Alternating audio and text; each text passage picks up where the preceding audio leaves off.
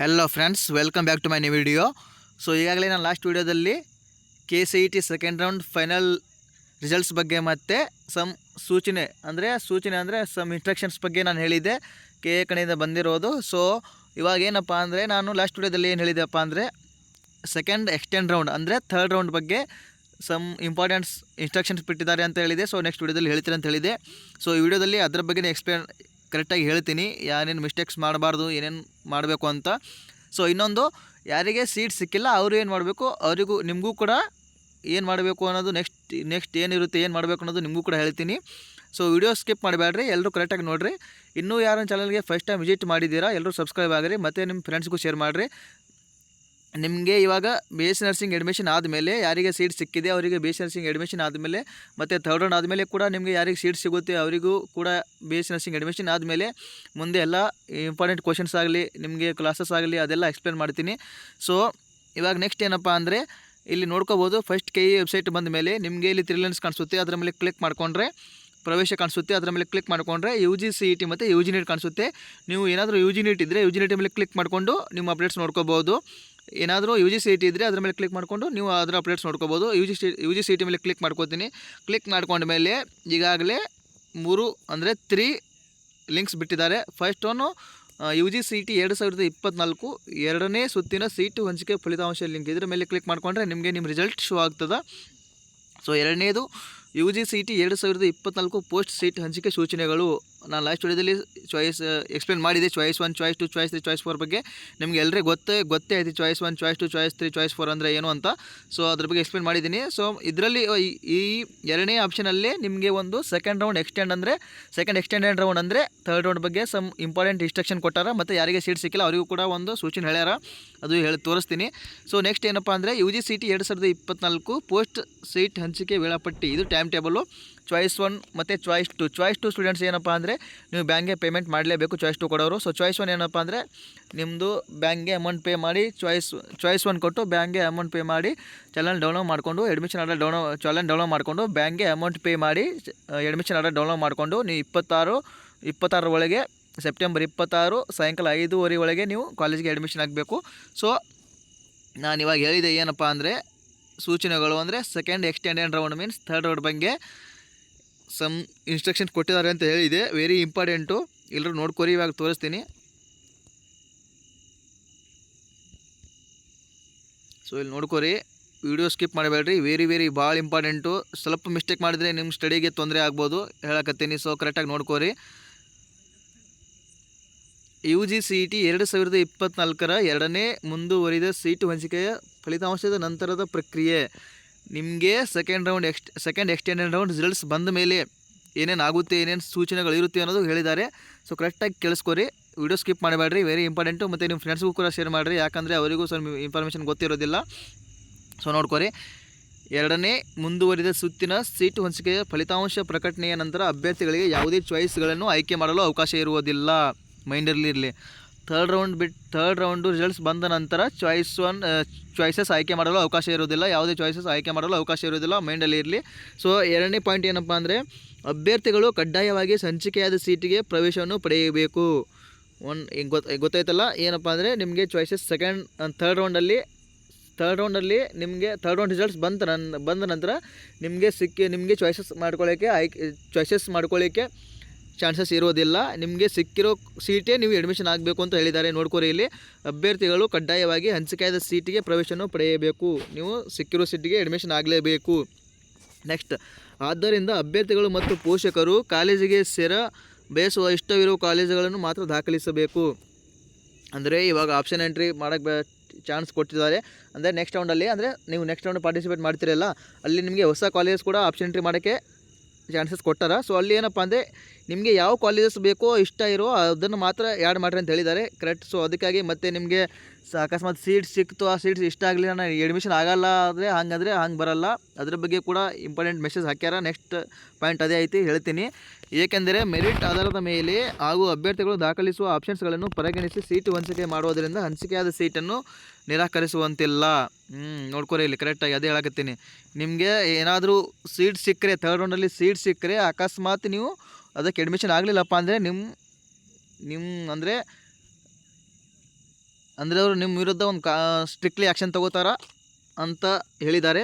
So ಅದು next ಪಾಯಿಂಟಲ್ಲಿ ಹೇಳ್ತೀನಿ ಕರೆಕ್ಟಾಗಿ, ಅದ್ರ ಬಗ್ಗೆ ಕೂಡ ಓದ್ತೀನಿ. ಅದು ಇವಾಗ ನೋಡ್ಕೊರಿ, ಕರೆಕ್ಟಾಗಿ ಓದ್ಕೊರಿ ಇನ್ನೊಂದ್ಸಲ. ಏಕೆಂದರೆ ಮೆರಿಟ್ ಆಧಾರದ ಮೇಲೆ ಹಾಗೂ ಅಭ್ಯರ್ಥಿಗಳು ದಾಖಲಿಸುವ ಆಪ್ಷನ್ಸ್ಗಳನ್ನು ಪರಿಗಣಿಸಿ ಸೀಟು ಹಂಚಿಕೆ ಮಾಡುವುದರಿಂದ ಹಂಚಿಕೆಯಾದ ಸೀಟನ್ನು ನಿರಾಕರಿಸುವಂತಿಲ್ಲ. ನೀವು ಏನು ಆಪ್ಷನ್ ಎಂಟ್ರಿ ಮಾಡ್ತಿರಲ್ಲ ಅದರ ಮೇಲೇ ನಿಮಗೆ ಸೀಟು ಹಂಚಿಕೆ ಮಾಡ್ತಾರೆ. ಮತ್ತು ಮಾಡಿದ ಮೇಲೆ ನಿಮಗೆ ಸೀಟ್ ಸಿಕ್ಕ ಮೇಲೆ ಆ ಸೀಟ್ ನೀವು ಬೇಡ ಅಂತ ಹೇಳುವಂಗಿಲ್ಲ, ನೀವು ಅಡ್ಮಿಷನ್ ಆಗಲೇಬೇಕು. ಆದ್ದರಿಂದ ಅಭ್ಯರ್ಥಿಗಳು ಎಚ್ಚರದಿಂದ ಆಪ್ಷನ್ಸ್ಗಳನ್ನು ಆದ್ಯತೆ ಕ್ರಮದಲ್ಲಿ ಸಲ್ಲಿಸಬೇಕು. ಕರೆಕ್ಟಾಗಿ ನೋಡ್ಕೊರಿ. ಅದಕ್ಕೆ ಅವ್ರು ಏನು ಹೇಳಿದ್ರಪ್ಪ ಅಂದರೆ ಅಡ್ವಾನ್ಸ್ ಹೇಳಿಬಿಟ್ಟಾರ ಎಲ್ಲರೂ. ಏನಂದರೆ ಥರ್ಡ್ ರೌಂಡಲ್ಲಿ ಇವಾಗ ನೆಕ್ಸ್ಟ್ ಇದು ಬಿಡ್ರಿ, ಇದು ಹೋಯ್ತು, ಸೆಕೆಂಡ್ ರೌಂಡ್ ಹೋಯ್ತು. ಯಾರು ನೆಕ್ಸ್ಟ್ ರೌಂಡಲ್ಲಿ ಪಾರ್ಟಿಸಿಪೇಟ್ ಮಾಡ್ಬೇಕು ಅನ್ಕೋತೀರ, ಚಾಯ್ಸ್ 2 ಮತ್ತು ಚಾಯ್ಸ್ 3 ಕೊಡೋರಿಗೆ ಹೇಳಕತ್ತೀನಿ, ವೆರಿ ಇಂಪಾರ್ಟೆಂಟು. ನೀವೇ ನೆಕ್ಸ್ಟ್ ರೌಂಡಲ್ಲಿ ಪಾರ್ಟಿಸಿಪೇಟ್ ಮಾಡ್ತೀರಾ, ನಿಮಗೆ ಹೊಸ ಕಾಲೇಜ್ ಕೂಡ ಆ್ಯಡ್ ಮಾಡೋಕ್ಕೆ ಚಾನ್ಸ್ ಕೊಡ್ತಾರೆ. ಅಲ್ಲಿ ನೀವು ನಿಮಗೆ ಯಾವ್ದು ಬೇಕೋ ಅದನ್ನು ಮಾತ್ರ ಆಪ್ಷನ್ ಎಂಟ್ರಿ ಮಾಡಿರಿ, ಅದು ವೆರಿ ಇಂಪಾರ್ಟೆಂಟು.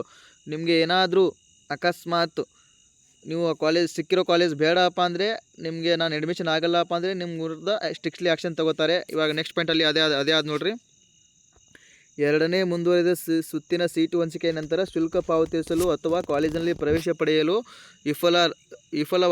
ವಿಫಲನಾದಲ್ಲಿ ಅಂಥ ಅಭ್ಯರ್ಥಿ ವಿರುದ್ಧ ಕಾನೂನು ಕ್ರಮ ಜರುಗಿಸಲಾಗುವುದು ಮತ್ತು ಮುಂದಿನ 3 ವರ್ಷದೊಳಗೆ ಸದರಿ ಕೋರ್ಸಿಗೆ ಅವಕಾಶ ನೀಡುವುದಿಲ್ಲ. ನೋಡಿರಿ, ವೆರಿ ಇಂಪಾರ್ಟೆಂಟು, ಕರೆಕ್ಟಾಗಿ ನೋಡ್ಕೊರಿ.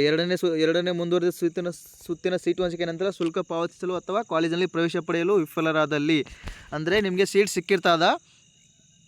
ಎರಡನೇ ಮುಂದುವರಿದ ಅಂದರೆ ಥರ್ಡ್ ರೌಂಡಲ್ಲಿ ನಿಮಗೆ ಸೀಟ್ ಸಿಕ್ಕಿರ್ತದ, ಬಟ್ ನೀವು ಅದಕ್ಕೆ ಪೇಮೆಂಟ್ ಮಾಡಲಿಲ್ಲಪ್ಪ ಮತ್ತು ಏನಾದರೂ ಕಾಲೇಜಿಗೆ ಅಡ್ಮಿಷನ್ ಆಗಲಿಲ್ಲಪ್ಪ ಅಂದರೆ ನಿಮ್ಮ ವಿರುದ್ಧ ಕಾನೂನು ಕ್ರಮಗೊಳ್ಳುತ್ತೆ ಅಂತ ಅವರೇ ಹೇಳಿದ್ದಾರೆ. ಸೊ ಯಾರು ಹಂಗೆ ಮಿಸ್ಟೇಕ್ ಮಾಡೋಕ್ಕೆ ಹೋಗಬೇಡ್ರಿ. ನೆಕ್ಸ್ಟ್ ಒಂದು ಪಾರ್ಟಿಸಿಪೇಟ್ ಮಾಡೋರು ವೆರಿ ಇಂಪಾರ್ಟೆಂಟು, ಕರೆಕ್ಟಾಗಿ ಮಾಡಿರಿ.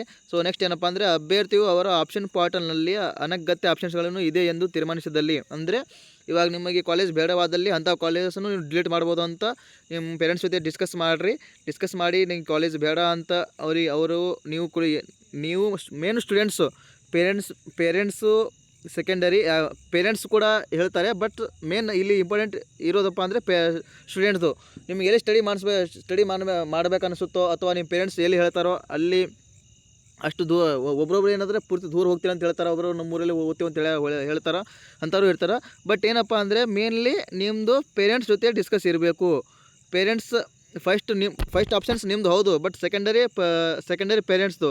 ಅಂದರೆ ಏನಪ್ಪ ಅಂದರೆ ನೀವು ಪೇರೆಂಟ್ಸ್ ವಿತ್ ಸ್ಟೂಡೆಂಟ್ಸ್ ಇಬ್ಬರು ಡಿಸ್ಕಷನ್ ಮಾಡಿ ನೀವು ಆಪ್ಷನ್ಸ್ಗಳನ್ನು ಕರೆಕ್ಟಾಗಿ ಇದು ಮಾಡಬೇಕು. ಸೊ ಇದು second extended round means third rounds ಬಗ್ಗೆ ಇಷ್ಟೆಲ್ಲ ಇನ್ಸ್ಟ್ರಕ್ಷನ್ ಐತಿ, ಕರೆಕ್ಟಾಗಿ ನೋಡ್ಕೋರಿ. ಏನಾದರೂ ಮಿಸ್ಟೇಕ್ ಮಾಡಿದರೆ ನಿಮ್ಮ ಪ್ರಾಬ್ಲಮ್ಮು, ನನ್ನ ಕರ್ತವ್ಯ ಹೇಳ್ತಾ ಇದ್ದೀನಿ. ನಿಮಗೆ ಇನ್ಫಾರ್ಮೇಷನ್ ಕೊಡಬೇಕು, ನಾನು ಕೊಡ್ತಾ ಇದ್ದೀನಿ. ಸೊ ಯಾರೂ ಮಿಸ್ಟೇಕ್ಸ್ ಮಾಡಬೇಡ್ರಿ.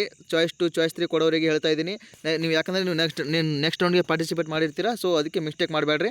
ಸೊ ಇವಾಗ ನೆಕ್ಸ್ಟ್ ಏನಪ್ಪ ಅಂದರೆ ಯಾರಿಗೆ ಸೀಟ್ ಸಿಕ್ಕಿಲ್ಲ ಅವ್ರೇನು ಮಾಡಬೇಕು, ಅವರಿಗೊಂದು ಸೂಚನೆ ಕೊಟ್ಟಿದ್ದಾರೆ KA ಕಡೆಯಿಂದ, ಹೇಳ್ತೀನಿ. ಇದು ನೋಡ್ಕೋಬೋದು. ಎರಡನೇ ಸುತ್ತಿನಲ್ಲಿ ಯಾವುದೇ ಸೀಟು ಹಂಚಿಕೆಯಾಗದ ಅಭ್ಯರ್ಥಿಗಳಿಗೆ ಮಾಹಿತಿ. ನೋಡ್ಕೊರಿ. ಈಗಾಗಲೇ ಆಪ್ಷನ್ಸ್ಗಳನ್ನು ನಮೂದಿಸಿ, ಆದರೆ ಯಾವುದೇ ಸೀಟು ಹಂಚಿಕೆಯಾಗದ ಅಭ್ಯರ್ಥಿಗಳು ಚಾಯ್ಸ್ಗಳನ್ನು ನೀಡುವ ಅವಕಾಶತೆ ಇರುವುದಿಲ್ಲ. ನಿಮಗೆ ಇವಾಗ ಸೆಕೆಂಡ್ ರೌಂಡಲ್ಲಿ ಯಾವುದೇ ಸೀಟ್ ಅಲೋಟ್ ಆಗಿಲ್ಲ ಅಂಥವ್ರು ಏನಪ್ಪ ಅಂದರೆ ಯಾವುದೇ ಚಾಯ್ಸಸ್ ಕೊಡಲು ಅವಶ್ಯಕತೆ ಇರೋದಿಲ್ಲ. ಮತ್ತು ಏನು ಟೆನ್ಷನ್ ಕೂಡ ಆಗಬೇಡ್ರಿ. ನೀವು ಡೈರೆಕ್ಟ್ ಥರ್ಡ್ ರೌಂಡ್ಗೆ ಮೀನ್ಸ್ ಸೆಕೆಂಡ್ ಎಕ್ಸ್ಟೆಂಡ್ ರೌಂಡ್ಗೆ ಎಂಟ್ರಿ ಆಗಿರ್ತೀರಾ. ಮುಂದಿನ ಸುತ್ತಿನ ಸೀಟು ಹಂಚಿಕೆಗೆ ಈಗಾಗಲೇ ನಮೂದಿಸಿರುವ ಆಪ್ಷನ್ಸ್ಗಳೊಂದಿಗೆ ಮುಂದಿನ ಸುತ್ತಿನಲ್ಲಿ ಭಾಗವಹಿಸಬಹುದು. ಸೊ ನಿಮ್ಮ ಹತ್ರ ಏನಪ್ಪ ಅಂದರೆ ಯಾವುದು ಸೀಟ್ ಹಂಚಿಕೆ ಆಗಿರಲಿಲ್ಲ, ಸೀಟ್ ಸಿಕ್ಕಿರಲಿಲ್ಲ. ಸೊ ನೀವೇನು ಆಪ್ಷನ್ ಎಂಟ್ರಿ ಮಾಡಿರ್ತಿರಲ್ಲ ಅದು ಅಷ್ಟೇ ಇರ್ತದೆ, ಯಾವುದು ಡಿಲೀಟ್ ಆಗಿರಲ್ಲ. ಸೊ ನೆಕ್ಸ್ಟ್ ಅಭ್ಯರ್ಥಿಯು ಅವರ ಆಪ್ಷನ್ಸ್ ಪಾರ್ಟ್ನಲ್ಲಿ ಅನಗತ್ಯ ಆಪ್ಷನ್ಸ್ಗಳನ್ನು ಇದೆ ಎಂದು ತೀರ್ಮಾನಿಸಿದಲ್ಲಿ, ನೀವು ಆಪ್ಷನ್ ಎಂಟ್ರಿ ಲಿಸ್ಟಲ್ಲಿ ಇದು ಕಾಲೇಜ್ ಬ್ಯಾಡ್, ನನಗೆ ಇದು ಸುಮ್ಮನೆ ವೇಸ್ಟ್ ಅಂತಲ್ಲ, ಇವಾಗ ಕಾಲೇಜ್ ನನಗೆ ಬೇಡ, ನಾನು ಎಷ್ಟು ದೂರ ಹೋಗಲ್ಲ ಅಂಥ ಕಾಲೇಜ್ ಇದ್ದರೆ ನಿಮ್ಮ ಆಪ್ಷನ್ ಎಂಟ್ರಿ ಲಿಸ್ಟಲ್ಲಿ ನೀವು ಆ ಕಾಲೇಜ್ ನಿಮ್ಮ ಪೇರೆಂಟ್ಸ್ ಜೊತೆ ಡಿಸ್ಕಸ್ ಮಾಡಿ ಆ ಕಾಲೇಜ್ ನೀವು ಡಿಲೀಟ್ ಮಾಡ್ಬೋದು ಅಂತ ಹೇಳಿದ್ದಾರೆ. ಸೊ ಇನ್ನೊಂದು ಏನಪ್ಪ ಅಂದರೆ ಇಚ್ಛೆ ಆಯ್ಕೆಗಳನ್ನು ಮೀನ್ಸ್ ಆಪ್ಷನ್ಸ್ ಹೊಸದಾಗಿ ಸೇರಿಸಲು ಅವಕಾಶ ನೀಡಲಾಗುವುದು. ವೆರಿ ಇಂಪಾರ್ಟೆಂಟ್, ಇದು ಗುಡ್ ನ್ಯೂಸ್, ಎಲ್ರಿಗೂ ಗುಡ್ ನ್ಯೂಸು. ಸೊ ಏನಪ್ಪ ಅಂದರೆ ನಿಮಗೆ ಥರ್ಡ್ ರೌಂಡಲ್ಲಿ ಮೀನ್ಸ್ ಸೆಕೆಂಡ್ ಎಕ್ಸ್ಟೆಂಡ್ ರೌಂಡಲ್ಲಿ ನಿಮಗೆ ಹೊಸ ಆಪ್ಷನ್ ಎಂಟ್ರಿಗಳನ್ನು ಮಾಡಲು ಅವಕಾಶ ಇದೆ ಅಂತ ಹೇಳಿದ್ದಾರೆ. ಆದರೆ ಎರಡನೇ ಮುಂದುವರಿದ ಸೀಟು ಹಂಚಿಕೆ ಪ್ರಕ್ರಿಯೆಯಲ್ಲಿ ಅಭ್ಯರ್ಥಿಯ ರ್ಯಾಂಕ್ ಸರದಿಯ ನಂತರ ಉದ್ಭವಿಸುವ ಸೀಟುಗಳನ್ನು ಪಡೆಯಲು ಹಕ್ಕನ್ನು ಚಲಾಯಿಸುವಂತಿಲ್ಲ. ನಿಮಗೆ ಏನಪ್ಪ ಅಂದರೆ ಹೊಸದಾಗಿ ಆಪ್ಷನ್ ಎಂಟ್ರಿ ಮಾಡೋಕ್ಕೆ ಕೊಡ್ತಾರೆ. ಸೊ ಅಂದರೆ ಏನಪ್ಪ ಅಂದರೆ ನೀವು ಕರೆಕ್ಟಾಗಿ ಆಪ್ಷನ್ ಎಂಟ್ರಿ ಮಾಡಿರಬೇಕು. ನೀವೇನಾದರೂ ಮಿಸ್ಟೇಕ್ಸ್ ಮಾಡಿದರೆ ನಿಮಗೆ ಸೀಟು ಹಂಚಿಕೆ ಆಗಲ್ಲ ಅಂತ ಹೇಳಿದ್ದಾರೆ. ಸೊ ಇದೇ ಮತ್ತೇನಿಲ್ಲ, ಥರ್ಡ್ ರೌಂಡ್ವರೆಗೆ ಯಾರಿಗೆ ಸೀಟ್ ಸಿಕ್ಕಿಲ್ಲ ಅವರು ಥರ್ಡ್ ರೌಂಡ್ಗೆ ಹೋಗಿರ್ತೀರ, ಎಂಟ್ರಿ ಆಗಿರ್ತೀರ, ಅಂಥವ್ರೇನು ಟೆನ್ಷನ್ ಆಗೋದು ಬೇಡ. ನಿಮಗೆ ಹೊಸ ಕಾಲೇಜ್ ಕೂಡ ಆ್ಯಡ್ ಮಾಡೋಕ್ಕೆ ಚಾನ್ಸಸ್ ಇರ್ತದೆ. ಸೊ ಮತ್ತು ಇನ್ನೊಂದು ಏನಪ್ಪ ಅಂದರೆ, ಯಾರಿಗೆ ಸೀಟ್ ಸಿಕ್ಕಿದೆ ಅವರು ಅಡ್ಮಿಷನ್ ಆಗ್ರಿ ಅಂತ ನಾನು ಹೇಳ್ತೀನಿ. ಯಾಕಂದರೆ ಥರ್ಡ್ ರೌಂಡಲ್ಲಿ ಜಾಸ್ತಿ ಸೀಟ್ಸ್ ಇರೋದಿಲ್ಲ. ಸೊ ನನ್ನ ಪ್ರಕಾರ ಯಾರಿಗೆ ಸೀಟ್ ಸಿಕ್ಕಿದೆ ಅವರು ಅಡ್ಮಿಷನ್ ಆಗ್ರಿ. ಕಾಲೇಜ್ ಇಷ್ಟ ಇರುತ್ತೆ, ಇಷ್ಟ ಇರ್ಲಿಕ್ಕಂದ್ರೂ ಇಷ್ಟ ಯಾರಿಗಿಲ್ಲ ಅವರು ನೆಕ್ಸ್ಟ್ ರೌಂಡಲ್ಲಿ ಪಾರ್ಟಿಸಿಪೇಟ್ ಮಾಡ್ಬೋದು, ಏನೂ ತೊಂದರೆ ಇಲ್ಲ. ಬಟ್ ಆಲ್ಮೋಸ್ಟ್ ಎಲ್ಲರೂ ಏನಪ್ಪ ಅಂದರೆ ಅಡ್ಮಿಷನ್ ಆಗ್ರಿ. ಚೆನ್ನಾಗಿ ಯಾವ ಕಾಲೇಜು ನಿಮಗೆ ಸಿಕ್ಕಿದೆ ಆ ಕಾಲೇಜ್ ಬಗ್ಗೆ ಇನ್ಫಾರ್ಮೇಷನ್ ಕೇಳಿಕೊಂಡು ಅಡ್ಮಿಷನ್ ಆಗ್ರಿ. ಯಾಕಂದರೆ ನಿಮಗೆ ಇವಾಗ ಥರ್ಡ್ ರೌಂಡ್ಗೆ ಎಂಟ್ರಿ ಆದರೆ, ಥರ್ಡ್ ರೌಂಡ್ಗೆ ಪಾರ್ಟಿಸಿಪೇಟ್ ಮಾಡಿದ್ರೆ ಅಲ್ಲಿ ಕಾಲೇಜ್ ಸೀಟ್ಸ್ ಕೂಡ ಕಡಿಮೆ ಇರುತ್ತೆ. ಸೊ ಎಲ್ಲರೂ ಚಾಯ್ಸ್ 1 ಕೊಡೋರು, ಎಲ್ಲರೂ ಚಾಯ್ಸ್ 1, ಸ್ಪೆಷಲಿ ಚಾಯ್ಸ್ 1 ಸ್ಟೂಡೆಂಟ್ಸು ಯಾರು ಏನು ಮಿಸ್ಟೇಕ್ಸ್ ಮಾಡಬೇಡ್ರಿ. ಚಾಯ್ಸ್ 1 ಕೊಟ್ಟು ಸ್ಪೆಷಲಿ ಯಾರಿಗೆ ಕಾಲೇಜ್ ಇಷ್ಟ ಆಗಿದೆ ಅವರು ಚಾಯ್ಸ್ 1 ಕೊಡ್ರಿ. ಸ್ಪೆಷಲಿ ಅಕಸ್ಮಾತ್ ಏನಾದರೂ ತಪ್ಪಿ ಒಂದ್ಸಲ ಚಾಯ್ಸ್ ಮಿಸ್ಟೇಕ್ಸ್ ಆದರೆ ನಿಮಗೆ ಮತ್ತೆ ರಿಟರ್ನ್ ಚಾಯ್ಸಸ್ ಎಡಿಟಿಂಗ್ ಮಾಡೋಕ್ಕೆ ಬರಲ್ಲ. ಅದಕ್ಕೆ ಕರೆಕ್ಟಾಗಿ ಚಾಯ್ಸಸ್ ಕೊಡ್ರಿ. ಸೊ ಮತ್ತೆ ಏನೇ ಅಪ್ಡೇಟ್ ಬಂದರೆ ನೆಕ್ಸ್ಟ್ ವಿಡಿಯೋದಲ್ಲಿ ತಿಳಿಸ್ತಿರ್ತೀನಿ. ಅಲ್ಲಿವರೆಗೂ ಚಾನಲ್ ನೋಡ್ತಾ ಇರ್ರಿ. ಟೇಕ್ ಕೇರ್, ಬಾಯ್.